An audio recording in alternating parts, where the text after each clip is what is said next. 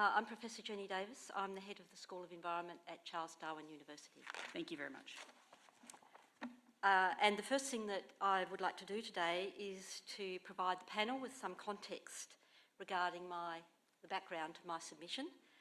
I'm currently the head of School of the Environment at CDU. I've been in this position for approximately 18 months.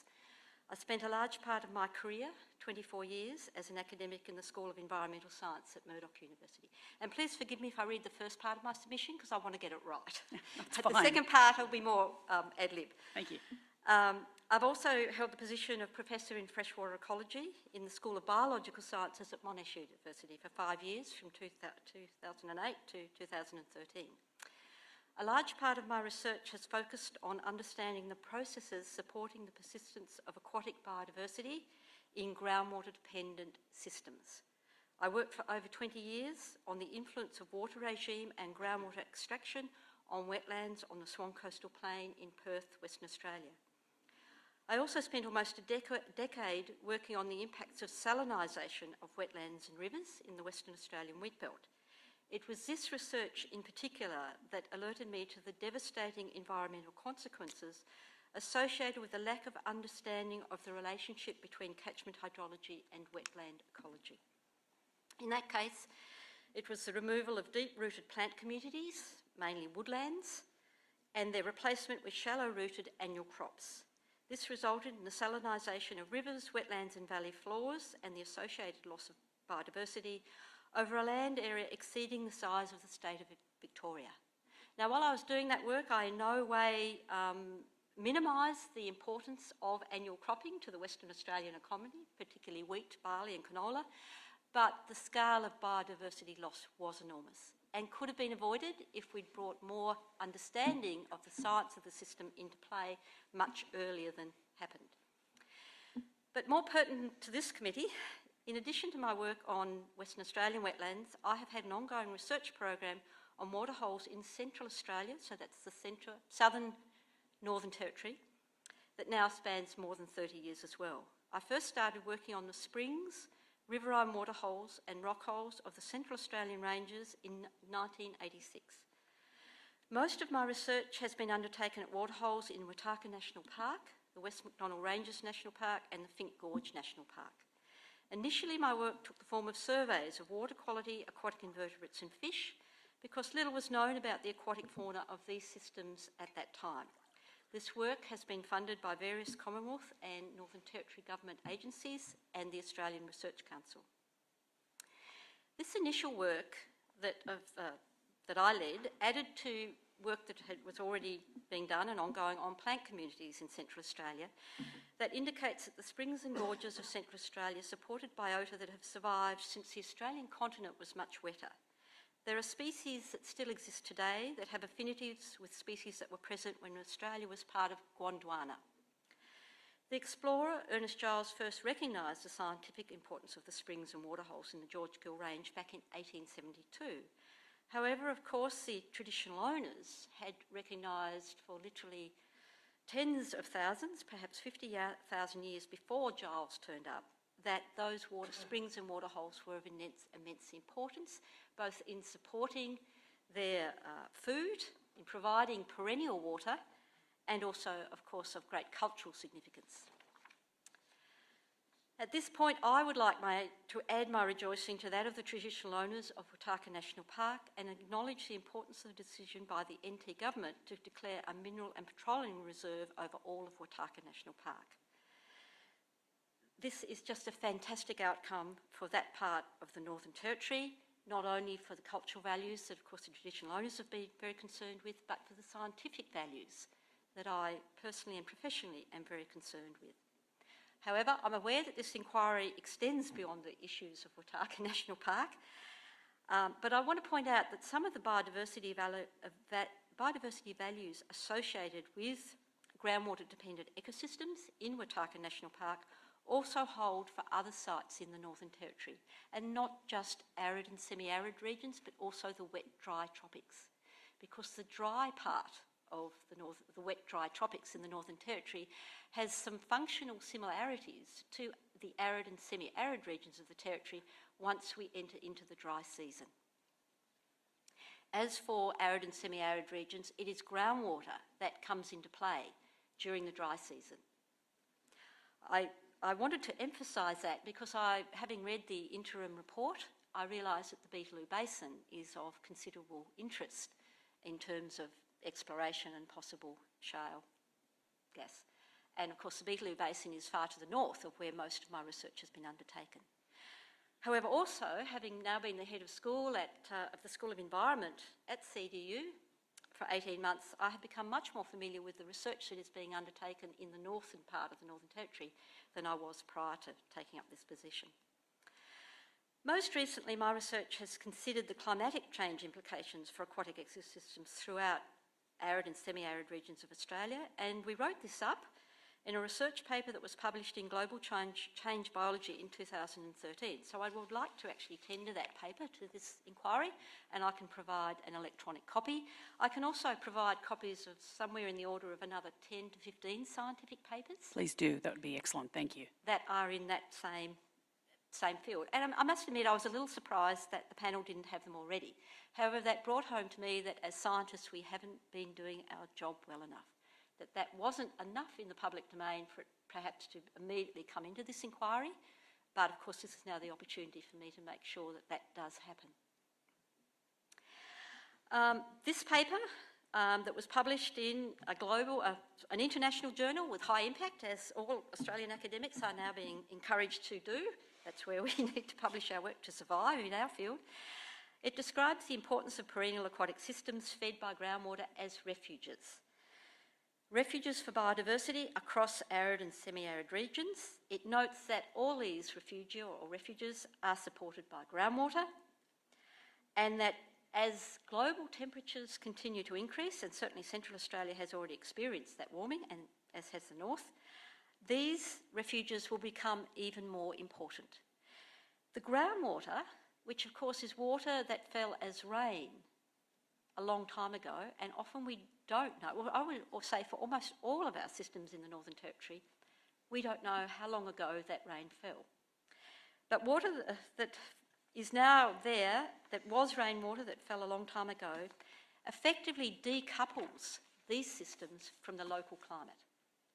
So that means that there will be water present in that landscape, or there will be water supporting ecosystems, and in some cases, of course, they're more soaks than our obvious surface water areas. That water will be supporting these systems when all surface water has gone, when no rain falls, sometimes for many months, sometimes for several years.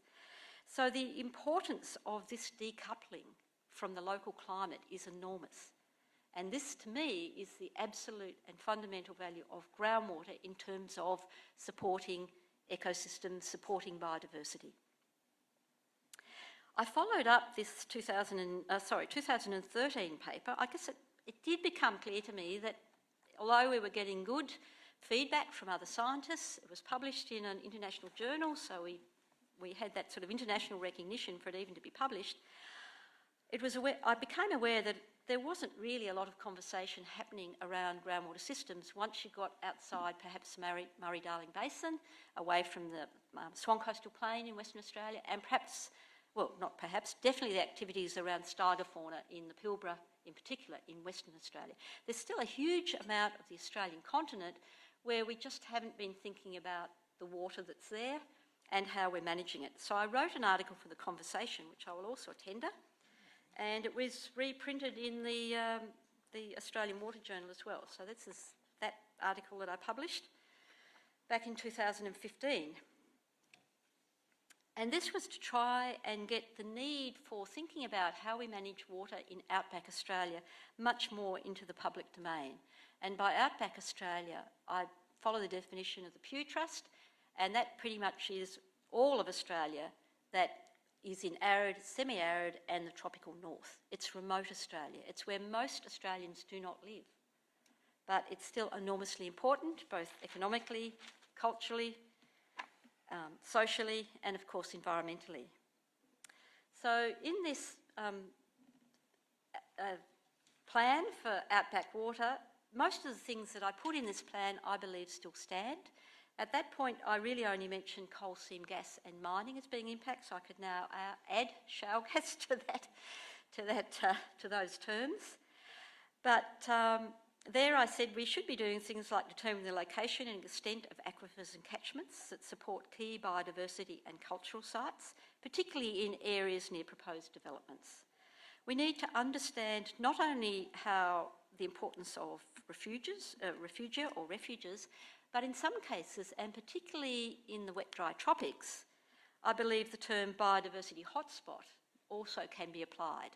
So sites where they're the very last sites to hold water. My colleagues in the School of Environment who are working in the Douglas Daly region as part of the NESP, Northern Australian Hub, of course, are looking very closely at how those sites within, say, the Daly River that persist because they're fed by groundwater are really supporting everything that's then going to be the basis for everything moving back out into that entire river system when the next rain occurs. Now, this is being done in the context mainly of horticulture and agricultural development. But those same research findings, of course, can be equally well applied to anything, any impact that may have, any activity that may have an impact on groundwater.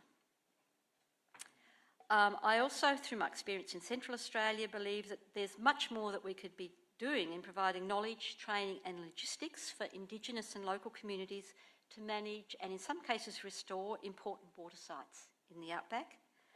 And we also need to ensure that environmental impact statements contain the information needed to assess the impacts of proposed developments near important water sites. I just wanted to now swap to a statement here in this last part of my conversation article, that basically groundwater is a critical resource in outback Australia. We need to know where it is, how much there is, how old it is and what depends on it before it is allocated or otherwise affected by any new development. And that's a statement I still stand by very strongly. I'm aware that we have some fantastic research occurring, very much in the groundwater space, very much being driven by people with groundwater and hydrological backgrounds and expertise. I know a lot of this has been done around the coal seam gas activities in Queensland and New South Wales. What I would like to see, though, is that we have a much greater connection between people working on what I would call the physical processes of hydrology and the space that I work in, the ecological processes, biodiversity. And it's those surface water, groundwater interactions, that area where groundwater comes to the surface and supports communities that we value highly because we can see them, that I believe that we've got a lot more to do. I don't intrinsically believe that we should be just saying no development, full stop, but I believe that we have a responsibility to make sure that we are collecting appropriate scientific information to ensure that these developments proceed with the minimum of risk. Now, I know that shale gas is not in the same category as coal seam gas, but there are still risks. My concern is that we have for many years now really much treated groundwater as being out of sight and out of mind. And I have a good colleague, Professor or Emeritus Professor Andrew Bolton, of course, who is leading the way with promoting our need to understand groundwater-dependent ecosystems. I don't think Andrew is now doing a lot of work in that space, but I don't think that fact should allow us to just sit back and not continue to say the same things that he's been saying, that we really need to understand what is happening below ground. We really need to be sure that even where we're fairly confident that we're dealing with quite shallow aquifers, that they will not be affected by activities that are going into much deeper aquifers. I myself have been concerned that I have so little understanding of how old the water is that supports the sites where I do most of my research, which is in Central Australia. And like many academics at this stage, I regard myself as almost a charity, that I look for any funding I can find from any place to sort of fund the important questions that I believe need to be answered. At this point, I have cobbled together enough money to get our first analysis of groundwater at Penny Springs in Wataka National Park. Now, some people will say, well, you don't need to, that park is now protected. But I fundamentally want to know how long ago it is that that rain fell on those ranges that I now see seeping out of the rocks and supporting a little stream community that appears to have elements of things that were there since Gondwana. But of course, in the best possible funding world, I would like to see us putting a lot more into really doing things like ageing that water. The water that we already know is important, the groundwater that we already know is important. Now, according to the biogeochemists that I've consulted, it's not a precise business. At the moment, people are using 4 different methods, and then you look at how they all intersect. We're going for tritium at the moment, and hopefully we're also going to do a couple of other analyses. But I also regard that that kind of information is critically important when you get into the political arena and you need to perhaps convince politicians that something is important, that it does need to be protected. It's the kind of information I think that anyone can grasp. How old is this water? Now, of course, if we find that this water fell as rain last year, then that, of course, means that that is a very sustainable site, that it in fact will be replenished reasonably soon, and that the plants and the animals that are there are probably already well adapted to that rain coming and going. And of course, the really big systems like Lake Eyre that fill up irregularly are those kind of surface water systems. With systems that we know are dominated by groundwater, there'll still always be some rainwater in the mix from local rainfall, and last year was a particularly good wet year, both here and in Central Australia. There will always be a recent rainwater signal coming through. But in cases where we can say, look, this water is thousands, perhaps not thousands, perhaps hundreds of years old, to go in and completely change it or extract it is the equivalent of mining a non-renewable resource. I think that's about all I felt I needed to say at this point, but of course I'm very happy to answer questions. I'm very happy to very quickly try and get all the scientific publications I know together to send to you. I regret that that hasn't been done earlier. I know, there was one thing, thing I wanted to add. For anyone who's working in the Northern Territory or who has been involved in biodiversity and things like the Threatened Species Hub, there's now enormous concern at the loss of small mammals across Northern Australia. So these are all the little furry things that we, and some very well-known things like bilbies, that we can all associate with. At the moment, in terms of our freshwater communities, we still have intact systems. There are virtually no exotic or invasive fish in either Central Australian aquatic systems, in the Fink River where native fish occur, or in Northern Australia. And that is a fantastic thing that we can say about these systems. There are invasive plants, there are invasive species, there are invasive herbivores, and the whole list of camels, donkeys, horses, goats, pigs comes to mind. But in terms of our aquatic systems, we can still put up our hand and say that on a global scale, we still have some of the few intact, uninvaded aquatic systems on the planet. And from a biodiversity perspective, I think that's something worth protecting. So anything that may act to change these systems, no matter how much we actually don't know about those impacts, I consider still should be treated as being incredibly important. I don't see anything that I've said to you now to in any way take away from the cultural importance of these systems with traditional owners. I would like to think that in many ways we are still, well, I think that in many ways we are still discovering things that have already been known. But in other ways, we're bringing new scientific tools into the mix that I think will support some of the stories and some of the values that the traditional owners already place on the sites where I've been had the benefit of working.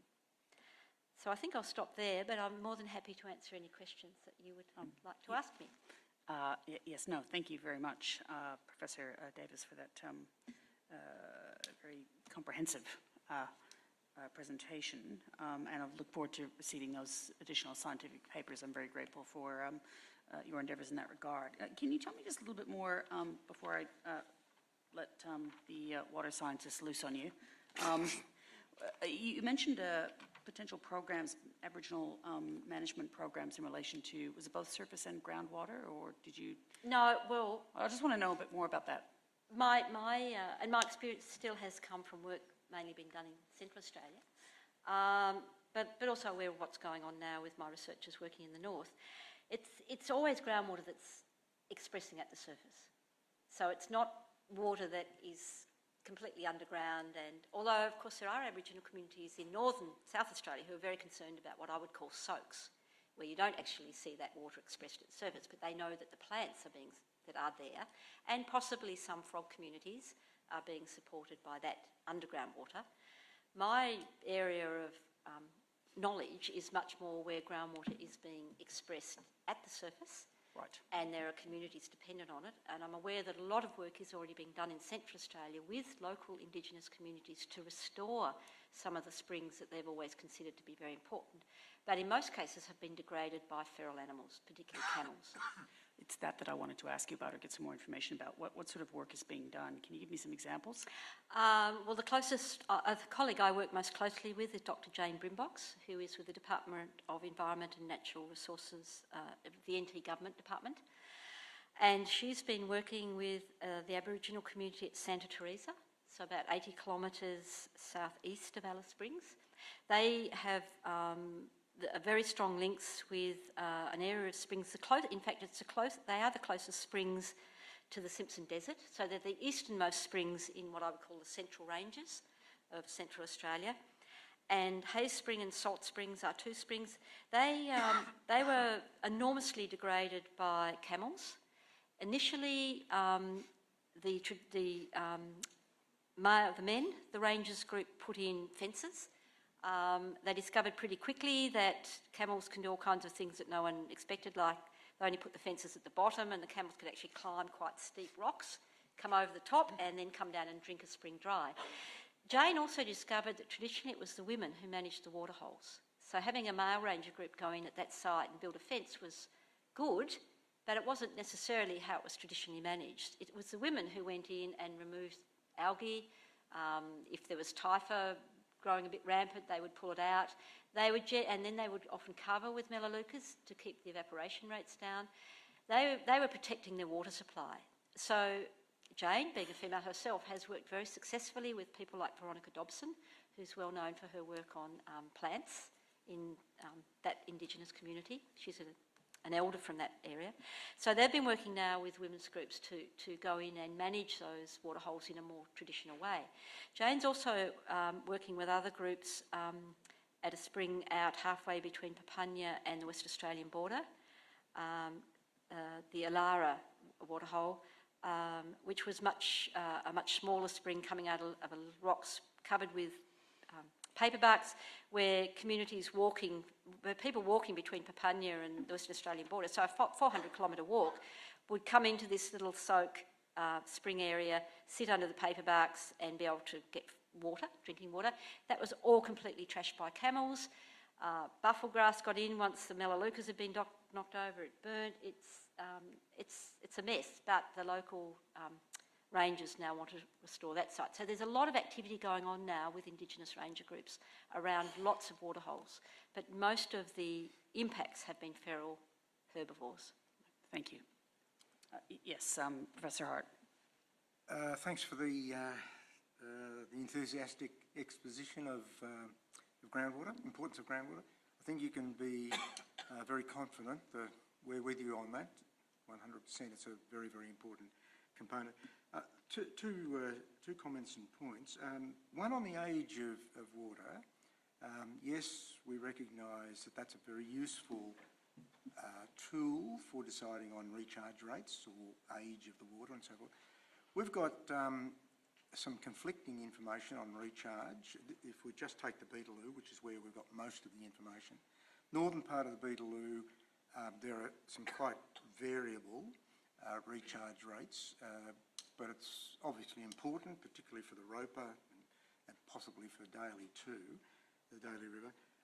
But if you look at the rainfall difference between the northern part of Beetaloo, so around Daly Water, and the southern part around Elliot, it's a huge difference. And so we're very concerned that, in fact, utilisation of that northern Cambrian limestone aquifer is probably sustainable, depending upon how much is taken out. Down south, we're more concerned that's mining, as you say. Very low recharge rates, etc. So we've got that. We certainly need more information on that. The other thing, can I come back to groundwater-dependent ecosystems? And I'd like to see whether you have any information, because we've had great difficulty in getting any sensible information, sensible or otherwise, on temporary water bodies, surface water bodies, and surface groundwater-dependent ecosystems. There's almost, in the Bootaloo in particular, Yes. there's almost no information at all, and we're obviously seeking that. The statements we've had from some of the groundwater hydrologists is that it's very unlikely that there will be surface expressions, because as far as they're concerned, the aquifer, the main surface aquifer, is something 30 to a couple of 100 metres below the surface. And to their knowledge, there's been very little information on whether there are any surface expressions. But I think that it also has to be charged with the fact that there's been very little investigation too. So the question is, do you know of any information? It's a little further north, I think, than most of your Yeah, areas. no, it's definitely further north. Yeah. Yeah, well, No. anything you've got there would be extremely Unfortunately, the short answer is no. I wish I could tell you more. I've started conversations with, well, mainly Lindsay Hutley, who works on savannas and fluxes. And, it's basically still, as far as we're concerned, from a biodiversity, aquatic ecosystem, surface water expressions, largely unknown territory. I note that in the southern area, of course, it's close to the springs that everyone, Mataranka, etc., where there are clearly springs coming into river systems. I myself, when I do venture into the temporary surface waters, go to things like water observations from space, which is the Geoscience Australia website that's now there. Now that's using Landsat imagery, which is very coarse imagery, but it is a wonderful resource in that it does give you information on when water has sat in the landscape for periods of time, over the time period. It's a long time period that they've now put up, but of course it's got to be cloud-free, so the closer you get to the northern part of the territory, the less information's available, but they give all confidence intervals and things. It's of course, I think it's something like a 30-metre resolution, so it doesn't capture any of the little springs that I work on. But for those big, for surface water of 30 metres or whatever greater, it's a very useful resource, so I guess I'd be looking at that. I'd be looking at, there's some really, the technology is just racing ahead. I guess that's why I find it so exciting now being head of the School of Environment here. We've got Sean Levique, a new appointee working with LIDAR. Now he's mainly working with fire, but those sort of remote sensing tools, you can go in, we can probably get a much better look at some of the vegetation communities, which would be a surrogate for water being available. So I feel as though we are on the cusp of being able to bring in a lot more information about what might be depending on groundwater than we've ever been in the past. But I still feel that there's quite a gulf, and it's because we're all busy people, between people working in what I call the physical processes and people working on the ecological processes. And to me, the sooner we come together in these common areas, the better we might make progress. Thanks. Thank you. We'll start from the end and work our way forward. Oh, okay. Dr. Smith. I was suggesting that Jane go first. Thank you again, Jenny, for the presentation. Very heartfelt and informative for us. Firstly, I just wanted to reassure you that Andrew is very active in this space still, and good. knows contributing at the national level, so if I can reassure you of that. But I wanted to get back to Central Australia and the small systems that you know there, whether there's been any research, which Barry and I've not been able to dig up, into any interactions between the tight gas operations in the Amadeus Basin, South Battle Springs, and surface water expressions of groundwater ecosystems. So are you aware of any looking into those? And I have been keeping a watching brief. The marine oil and gas is very close. Well, I drive, I've got sites in the West MacDonnell Ranges, and to drive from Wataka to the West Max, you actually go around the Marini Loop. I'm conscious that the West Macdonnell Ranges is equally important really in terms of aquatic refugia, etc., as Wataka. So I would hate to see that being sacrificed just because Wataka's been protected. But, you know, I'm aware that perhaps the people at Wataka were just a lot better at, you know, making sure that the things they really valued were put forward. No, I have conversations with Angus Dogood, who did the map the wetlands of the arid Northern Territory, and I don't think any more information has come to light. But I have to say, we actually haven't been we haven't been asking those sort of questions either. Yes, Ms. Coram. Thank you for your presentation around an issue that's very close to my heart as well.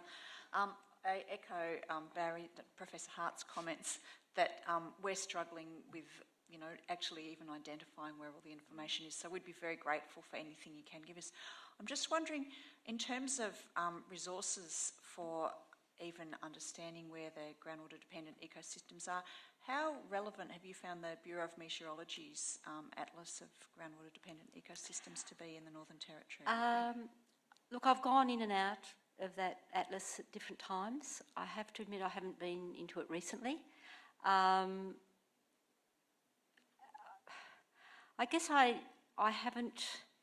didn't find it that useful when I was using it, but I may be doing them a disservice. I certainly love BOM. I go into that site all the time for various reasons. So I don't want to say anything negative about the Bureau of Meteorology at this point, or Geoscience Australia. I think they're both really where our future data will be held. But I guess I felt the Northern Territory has those issues of remoteness. It's the last place where normally data comes in, you know, to any repository. I personally haven't found it. I mean, the sites that I work at were in fact handed down by word of mouth from Aboriginal people to the botanist, Peter Latz, who grew up at Hermansburg, and then he actually told me where to go and look at sites which people had considered, the local Aboriginal people had considered, had always held permanent water. I tend to have always worked on permanent water because because funding is so limited. Most researchers are not based in Alice Springs, you know, very small scientific community there, and here, to be truthful. So if you want to work on water, you needed to be sure there was going to be water there. So that's why we tended to focus on perennial systems. And of course, they also had enormous cultural values. Now things are changing. Remote sensing is giving us lots of ability to do a lot more than we ever did. I've got continuous loggers now. So, you know, there's a whole lot of things we can do that are tracking. But I still feel as though there's a whole lot of things we don't know because it's always been so expensive, and there hasn't been a particular driver of any, you know, great financial impetus to go out to some of these areas. So are your sites actually in the Atlas? I'm intrigued because that was derived largely remotely or by sort of information that was provided look, by I the haven't looked at it lately. I think they are. I know if there was Angus Dogood's mapping should have lined up with those sites. I can look. I just remember being a bit disappointed when I did look, but I have to be truthful and say that could have been a number of years ago now. Thank you. Anyone else for comments, questions? Professor, thank you very much for your, as I said, your informative presentation. We're grateful. Thank you. Thank you. And you'll provide copies of those papers to the yes, I just panel? need an email address, actually. Oh, you can email us, yes, or you can give us, if you're happy to part with the hard copy, you can Oh, do yes, that. I'll leave the hard copy. And but we'll just scan it and upload it onto our website. Okay, but I have got some other papers that Yeah, no, please, yeah, email to the task force. That'd be very, very useful. I guess the area that I'm still working in, and I've got collaborators at Monash Uni and University of Canberra in particular, is we're very interested in this whole issue of fragmentation and connectivity, how things get around and how, you know, when they're already fragmented, how things may get worsened. So there's still ongoing research, but it can all be swept up into that pool of evidence. But I would be the first to admit it probably still needs a level of interpretation that doesn't make it immediately available for the kinds of questions you are now asking. Well, as you said, whatever we can give us, we'll be grateful for. Thank you very much.